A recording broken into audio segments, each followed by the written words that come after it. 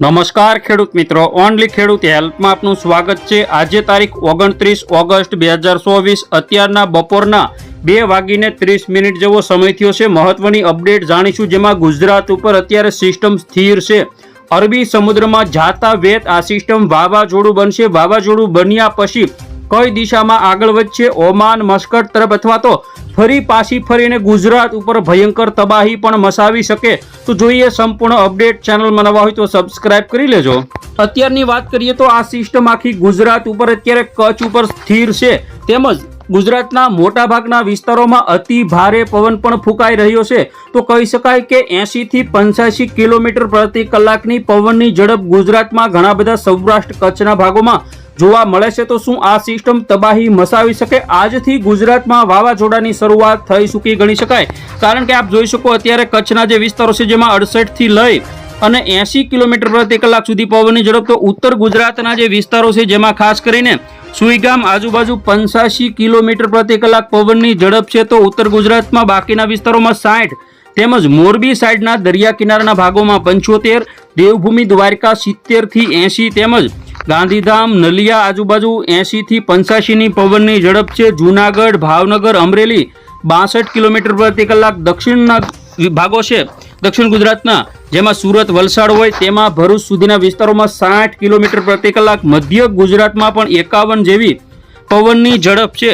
હવે આપણે જોઈએ આજે રાત્રિની અપડેટ, જેમાં ખાસ કરીને રાત્રિના સમયે પણ સિસ્ટમ થોડી આગળ વધશે। કરાચી, પાકિસ્તાન ઉપર, બોર્ડર ઉપર, કચ્છ ઉપર લાગુ વિસ્તારોમાં અસર કરશે।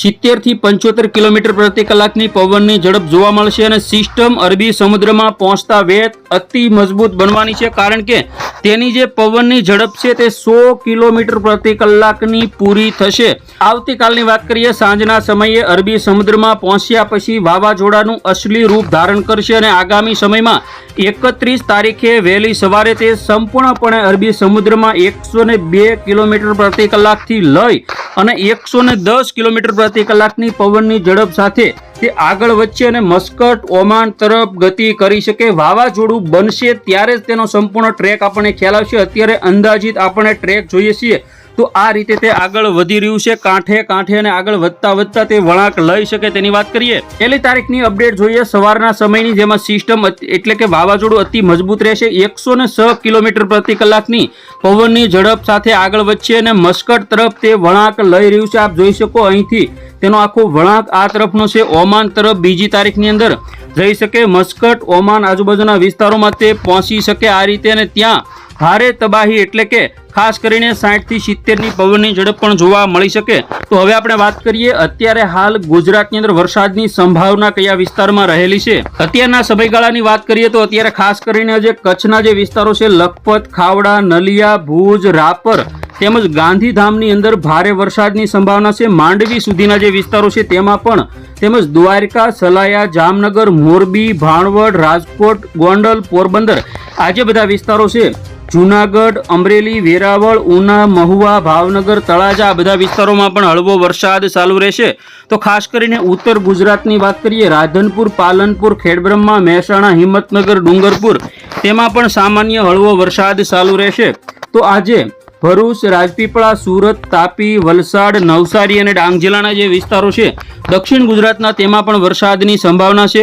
તો ખાસ કરીને આજે જોઈએ આપણે સાંજના સમયની અપડેટ, જેમાં સાંજના સમયે પણ ગુજરાતની અંદર હજુ ભારે વરસાદની સંભાવના ગણી શકાય। તો સાંજના 7 વાગ્યાના સમયગાળા દરમિયાનની અપડેટ જોઈએ, લખપત, ખાવડા, નલિયા, ભુજ, માંડવી, ગાંધીધામ, રાપર, તો કચ્છમાં હજુ મેઘ તાંડવ 4 થી 5 ઇંચ સુધીનો વરસાદ હજુ પણ પડી શકે। દ્વારકા, સલાયા, જામનગર, મોરબી, કુડા, સુરેન્દ્રનગર, ચોટીલા, રાજકોટ, ભાણવડ, પોરબંદર આ જે વિસ્તારો છે, તેમજ જૂનાગઢ, અમરેલી, ગોંડલ, ભાવનગર, મહુવા, ઉના, વેરાવળ આ બધા વિસ્તારોમાં પણ વરસાદની સંભાવના છે। તો દક્ષિણ ગુજરાતના જે વિસ્તારો છે, સુરત, વલસાડ, તાપી, ડાંગ આ બધા વિસ્તારોમાં પણ વરસાદ આપણને જોવા મળશે। આવતી રાત્રિની આજે અપડેટ જોઈએ, જેમાં સૌથી વધારે નલિયા આજુબાજુના વિસ્તારો હોય, લખપત હોય, ખાવડા હોય, ભુજ હોય, માંડવી હોય, ગાંધીધામ હોય આ જે બધા વિસ્તારો છે તેમાં પણ વરસાદની સંભાવના છે। આવતીકાલે ફરી વખત વાવાઝોડું બનશે ત્યારે પણ ગુજરાતના કેટલાક વિસ્તારોમાં હવામાં ભેજનું પ્રમાણ વધે તો 850 SPA ઉપરની સ્થિતિ મુજબ સૌરાષ્ટ્ર કચ્છમાં વરસાદી માહોલ જોવા મળી શકે। 31 તારીખથી આ વાવાઝોડું બનશે, કઈ દિશામાં આગળ વધશે તેનો આપણને બન્યા પછી ખ્યાલ આવશે. બીજી તારીખની વાત કરીએ તો બંગાળની ખાડીમાંથી બનેલી બીજી સિસ્ટમ ઉત્તર ગુજરાત, મધ્ય ગુજરાત અને દક્ષિણ ગુજરાતમાં બીજી તારીખ, ત્રીજી તારીખ અને ચોથી તારીખની અંદર સમગ્ર ગુજરાતમાં, ખાસ ઉત્તર ગુજરાત, મધ્ય ગુજરાત અને દક્ષિણ ગુજરાતમાં ભારે વરસાદની સંભાવના ગણી શકાય. તો આગામી 5 તારીખની વાત કરીએ તો તેમાં પણ સૌરાષ્ટ્ર, કચ્છ, ઉત્તર મધ્ય ગુજરાત, દક્ષિણ ગુજરાતમાં વરસાદની સંભાવના રહેલી છે. તો આ રીતે ગુજરાતમાં હજુ પણ આગામી સમયમાં સિસ્ટમ બનશે અને ભારેથી અતિ ભારે વરસાદ આપણને જોવા મળશે. હવે આપણે વાત કરીએ આગામી 10 દિવસમાં ગુજરાતમાં સૌથી વધુ વરસાદ નલિયા, ગાંધીધામ આજુબાજુ 10 ઇંચ, દેવભૂમિ, દ્વારકા, જામનગરમાં 5 થી 7 ઇંચ પડી શકે. બાકીના વિસ્તારોમાં સામાન્ય વરસાદ. તો નવી સિસ્ટમ આવશે તે ઉત્તર ગુજરાતમાં 5 ઇંચ, મહેસાણા 6, અમદાવાદ, વડોદરા, છોટાઉદેપુર આ બધા વિસ્તારોમાં પણ 10 ઇંચ સુધીનો વરસાદ પડી શકે. તો આ રીતે હજુ ગુજરાતમાં ભારે વરસાદની આગાહી યથાવત છે, કારણ કે એક પછી એક નવી સિસ્ટમ આવશે. હજુ આ વાવાઝોડું બને તે ગુજરાતને ધમરોળી પણ શકે છે, કારણ કે તે અરબી સમુદ્રમાંથી યુ ટર્ન લઈ અને ગુજરાત ઉપર ત્રાટકવાની પણ પૂરેપૂરી શક્યતાઓ ગણી શકાય, કારણ કે જ્યાંથી ઉદ્ભવ્યું છે ત્યાં ત્રાટકવાની સંભાવનાઓ ઓછા વત્તા પ્રમાણમાં ગણી શકાય. હવે આપણે વાત કરીએ હવામાન વિભાગ દ્વારા જે અત્યારે મહત્વની અપડેટ આપવામાં આવી છે, જેમાં આખા કચ્છ જિલ્લામાં રેડ એલર્ટ તેમજ દેવભૂમિ, દ્વારકા જિલ્લો આખો, જામનગર, મોરબી, રાજકોટ, પોરબંદર અને જૂનાગઢમાં રેડ એલર્ટ જાહેર કરવામાં આવેલું છે. આજની અપડેટમાં સુરેન્દ્રનગર, બોટાદ તેમજ અમરેલી અને ગીર સોમનાથમાં ઓરેન્જ એલર્ટ, આખા ગુજરાતમાં બાકીના સૌરાષ્ટ્રના ભાવનગર જિલ્લા સહિતના તમામ વિસ્તારો છે, ઉત્તર ગુજરાત, મધ્ય ગુજરાત, દક્ષિણ ગુજરાત કે જેમાં યેલો એલર્ટ જાહેર કરવામાં આવેલું છે. તો ખાસ સૌરાષ્ટ્ર, કચ્છ ઉપર અત્યારે આફત ગણી શકાય. હજુ આવનારા 24 કલાક સુધી સિસ્ટમમાં વરસાદની ગણતરી તેમજ ભારે પવન ફૂંકાવાના કારણે અફરાતફરીનો માહોલ અને માછીમારોને દરિયો ન ખેડવાની સૂચના આપવામાં આવી છે.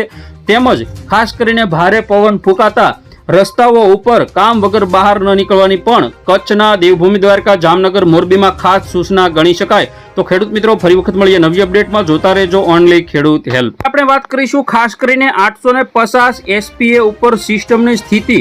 તો આખા કચ્છ ઉપર અત્યારે સિસ્ટમ આ રીતે ફેલાયેલી છે, તેનો આખો ટ્રફ એટલે કે આખા ગુજરાતની અંદર ભારે પવન ફૂંકાઈ રહ્યો છે. આગામી સમયની આપણે અપડેટ જોઈએ તો કઈ રીતે તે આગળ વધવાનું છે તેની વાત કરીએ. આવતીકાલની સ્થિતિ જોઈએ. આવતીકાલે બપોર પછીના સમયે કચ્છથી આગળ વધી તે અરબી સમુદ્રમાં પહોંચી જશે. ત્યાં તે સાયક્લોન એટલે કે વાવાઝોડું બનશે અને તે આ દિશામાં આગળ વધશે. ત્યાંથી જો યુ ટર્ન લઈ અને પાછું ફરે તો ગુજરાતના સૌરાષ્ટ્ર, કચ્છમાં અતિ ભયંકર વરસાદ પણ પડી શકે છે, અથવા તો ઓમાન તરફ તે ટકરાવવાની પણ શક્યતાઓ છે, અથવા તો તે અરબી સમુદ્રમાં જ નબળું પડી શકે. બંને સંભાવનાઓ રહેલી છે. અત્યારે જોઈએ આપણે ભેજનું પ્રમાણ કેવું છે. હવે આપણે અત્યારની સ્થિતિ જોઈએ તો અત્યારે આખા કચ્છ ઉપર અને સૌરાષ્ટ્રના પણ ઘણા બધા વિસ્તારો છે જેમાં ભેજનું પ્રમાણ આપણને સૌથી વધારે આ જે બધા વિસ્તારો છે તેમાં જોવા મળે છે.